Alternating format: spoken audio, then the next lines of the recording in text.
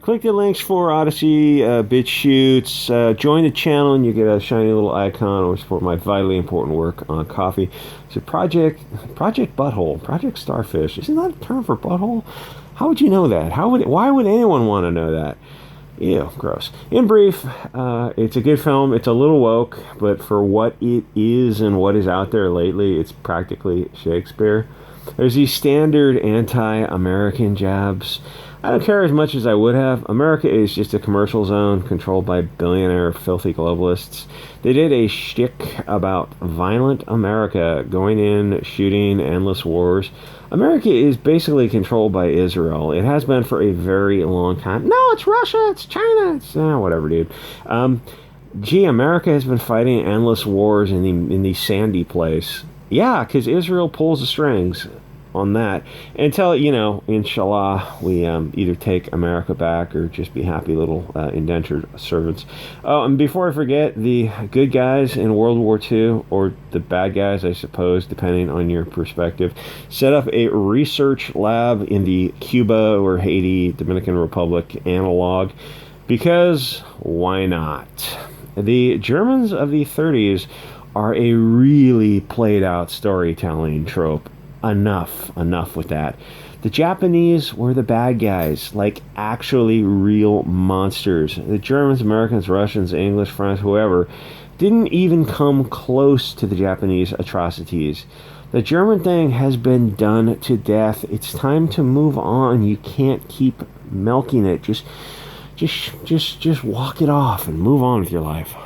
The thing about having a channel is, I thank God I weeded out the left-wing people, like, really, really early, so there's not going to be any rain. Then you got Waller's crew, a bunch of women in tech.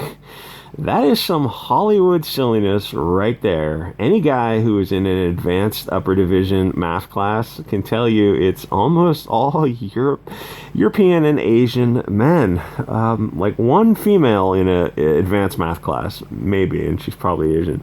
But in Hollywood, it is full of female engineers. Now here is the cringe. You got the fat, non-threatening soy boy engineer who is foreshadowed as the voice of consciousness conscious to counter the sociopathic Waller, sort of a light versus dark theme. The film sets him up as the balance. But at the moment of truth, a black woman with a 5 head, she just has the weirdest freaking hairline ever, has to step in and save the day by whacking Waller on the head. Like, you would have killed her with that hit. But in movie land, you can hit people in the head and it doesn't cause instant death, which is what happens half the time in real life. Because the movies absolutely cannot have the fat white engineer in the moral high ground. So a woman of color has to take out another walk, and then she starts giving orders, because not only are walks the bestest scientists, literally no walks were in my upper division science courses. Black males were, but females definitely not. They're natural leaders. That sort of heavy-handedness has been done to death. I don't know where the normie is with viewing films, because I kind of left normiehood behind a few years ago.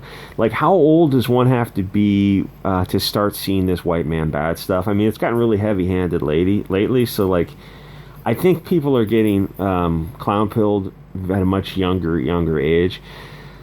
How old, like 25, 30, 35, to see the globalist propaganda? But even normies see the anti-American stuff, and they know it's just the usual suspects in Hollywood with their standard subversion. Oh, aren't we delightfully wicked and subversive? If you did this in the 90s, early 90s or late 80s, yeah, maybe it would have been a little brave to do something, a little pushback back then, but like, this is 2020 plus. Yeah, we all know where you're coming from. We all know who you are and what you stand for. To do this anti-American stuff now, it's like, dude, this has been done for 20 years. This has been done for 30 years. This is old hat by now, man. You like, we're on your side now. Like, yeah, we're ready to tear America down. Let's restart something better and like go our separate ways. With you people, all in your Hollywood people, all somewhere else, and we're gonna be somewhere else away from you guys. So there's a scene where these stupid American astronauts, you know, the guys with PhDs in physics, chemistry, and whatever, they're so stupid, those STEM PhDs, that they let an alien into the space station.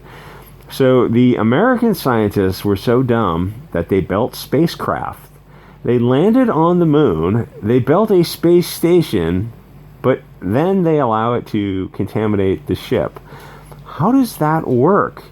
These astronomers and engineers are smart when they need to be, but also really stupid because Americans are so stupid. That doesn't make any sense, you idiots. They built a spacecraft, but they're dumb. Then America is so corrupt that it has a secret lab. You know, Japan had a bioweapons laboratory. It was so dangerous they kept it on an island. Nowadays, it's a tourist attraction, and it's full of bunny rabbits. And surprise, and like if you don't believe me, go search it. Japan Bunny Island bioweapons. In fact, I think it's on YouTube too. Every sufficiently advanced nation on Earth does weapons research. In Bum-Efistan, Africa or South America, they're probably busy trying to build a better machete so they can delete and consume each other, because that's how they roll in those places. My point is, it's silly to blame like one country, everything is America, America, America, when literally every other country that has the capability does research. It just looks like the usual parasites in Hollywood grinding the same axe, which you've been doing for like 30, 40 years. We get it. You're globalist parasites. You have to destroy your hosts.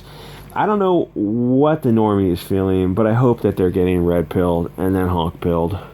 Like I said, with the Hollywood tropes and the purse puppies, when you have a situation where you have the black male and the white male characters start to have adverse interests, the black is always going to be smarter than the white and outwit him. So you know that ahead of time. It's like, oh, kind of takes the willing suspension of disbelief out of the story. So when you see a Euro and Afro in conflict, you already know the outcome ahead of time, 100% of the time.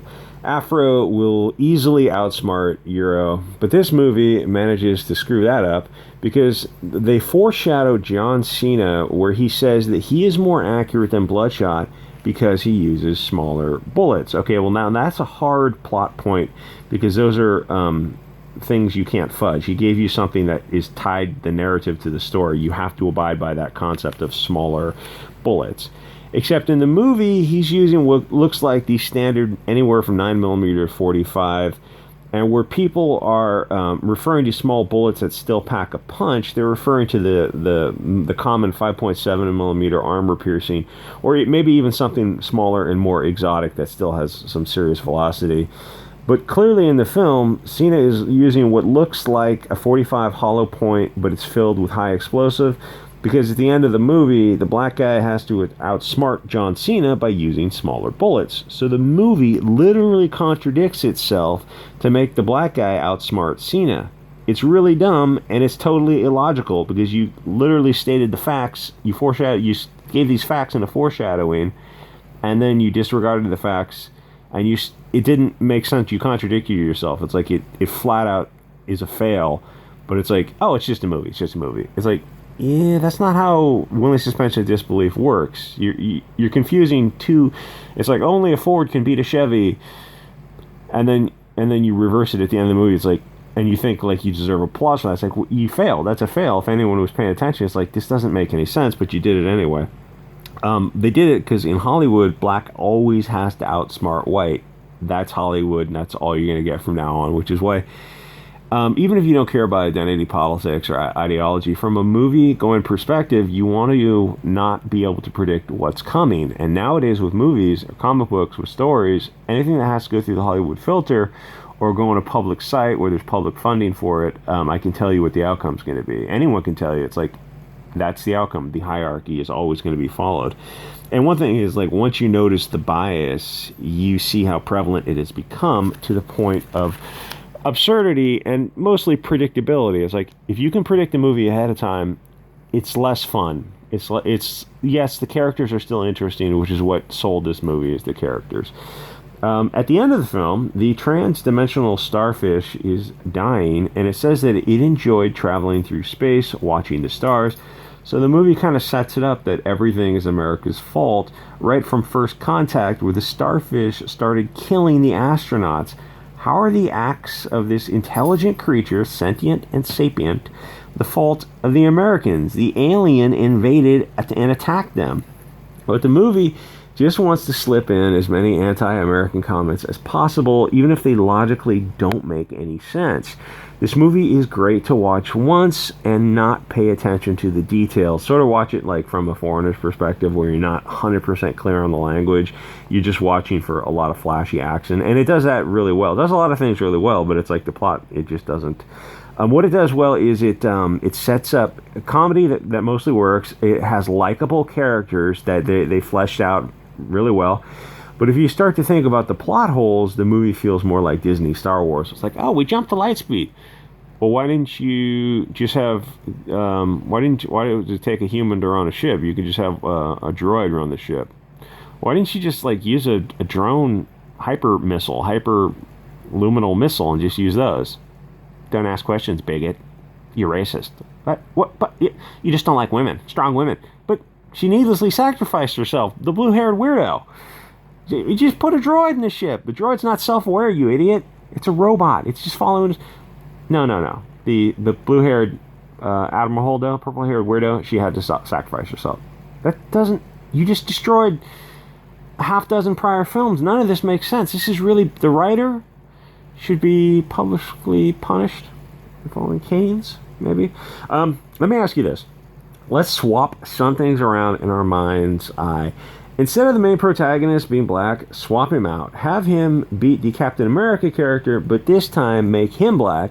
And instead of the polka dot guy's mom being an obese Karen, make her an obese Shaniqua. And this obese Karen, she's a research scientist. It's not typically what research scientists look like. And female, of course, research female scientist. Come on, dude. This is like...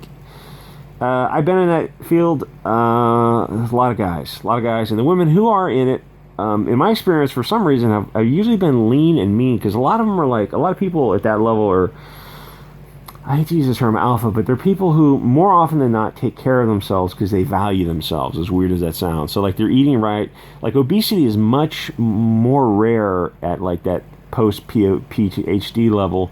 People are jogging, they eat right, they take care of themselves, they think they're important because they're smart and they're doing important research, even if it's just into like high energy crystal formation at super pressures. It's like it's important to them, so they value themselves. It's a different vibe at like those type of universities where people are not just fat and slovenly like this polka dot guy's mom. So like this stuff looks funny. He's dancing with the polka dot, the fat slovenly Karens, but it's like it doesn't make sense when you start to think about it just a little bit. Like if you don't know if you don't know about munitions or university stuff, like you're just not making the connections. But once you start like knowing about how things work, you're like, okay, none of this makes sense. These are all like, at first blush, it looks really visually appealing, but then you start thinking, wait, this is all garbage. Like, this is a really flashy movie that is made to sell to a dumb audience who's not going to ask questions. Anyway, why did you make her... the thing is, my point is, if you reverse roles, colors of people's, and it feels like, oh, whoa, we can't do that, that feels racist, then it's racist the way you did it originally. And it's also lazy storytelling. And once you notice these things, you can't go back to sleep. So definitely stay woke, Monica's. But I think the normie is going to enjoy this movie because it does everything right with the characters and the comedy. Plus, you can take into account that you got these films in this genre that have come out. Wonder Woman 1984, Black Widow, those movies sucked. Or even LeBrick James' Toe Jam film, that was an embarrassing abomination. What Suicide Squad 2 did was create likable characters in a visually pleasing movie with some woke plot holes and woke foreshadowing poker tells type of things where they give away the conclusion. In modern films, you look through the lens of privilege. Black woks are the most privileged. A Euro male is the least. So when there's a situation when the characters have adverse interest to each other, you know who's going to win every single time. But they also did some unusual things. Bloodsport is in prison for being a violent scumbag, but his daughter is also in jail for being a scumbag thief. So you've got two scumbag characters who are also colored of colors with colors, which is a bit unusual in post-2020. But the pivotal characters are the two black females, one, the Waller, who's a sociopath, and the other black female with the five head is the voice of conscience, even though they set up the fat white guy as the voice of conscience, and then they substitute him out at the last minute, kind of cucking him by saying, oh, he couldn't step up and do what needed to be done. The female has to do what needs to be done. That doesn't make any sense in terms of the film's storyline. Even like identity politics out of the way, it's like, you should have set up the other black female as the voice of conscience right from the start. None of what you're doing makes sense, but the movie is very flashy, and it's like, oh, this was a fun movie, it was funny. Yeah, it did a lot of stuff right, especially when you consider that, you know, the past 18 months have been a little bit light on films. Anyway, the character motivations also don't make sense. Actually, none of it makes sense if you think about it. You're not going to have these super patriotic characters in modern America, because what are they fighting for? The right to make the wealthy ultra wealthy? These guys are mercenaries. They don't care about commercial zone America. Why would they? Anyway, I'm sure you've already... Oh, yeah. What do you call it? Plot... Or, what do you call it when you give away the plot? I forget. Spoilers. Yeah, spoiler warning. Am I supposed to give the spoiler warning at the end of the video? Probably not. Spoiler warning? Alright, like, comment, subscribe, guys. Join the channel, get a little flashy icon, which probably in the greater scheme of things doesn't mean much, but it shows up next to your name. Alright, guys, I will see you next episode.